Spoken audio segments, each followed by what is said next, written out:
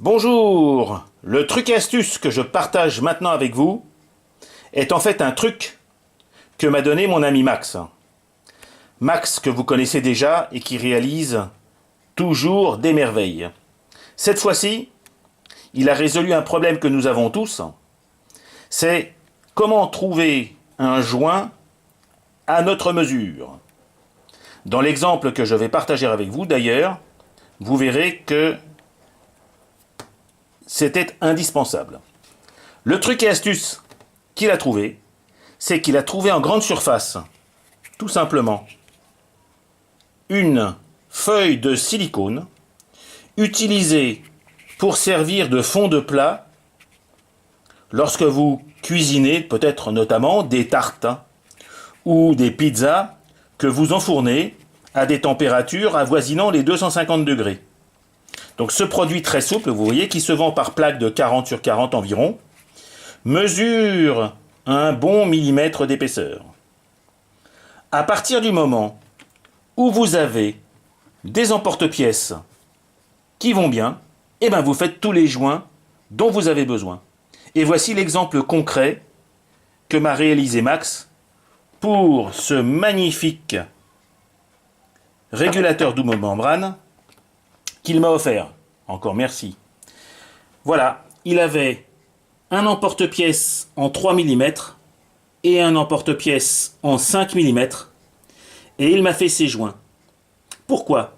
Tout simplement parce que lorsqu'il a conçu ce régulateur double membrane, il a réalisé l'admission en 5,56 et l'échappement en 6,75.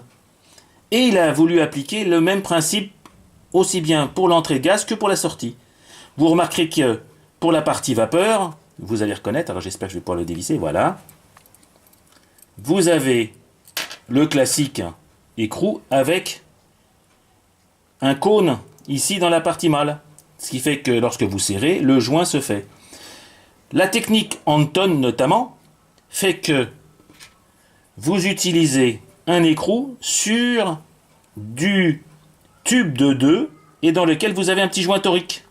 Et lorsque vous glissez votre tube de 2 dans le trou associé, quand vous vissez le 5,50 sur la partie mâle, l'écrou légèrement serré va faire l'étanchéité entre le tube et le régulateur.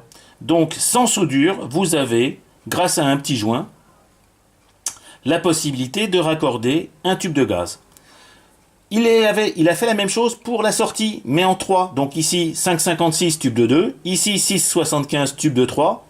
Il nous fallait donc un joint.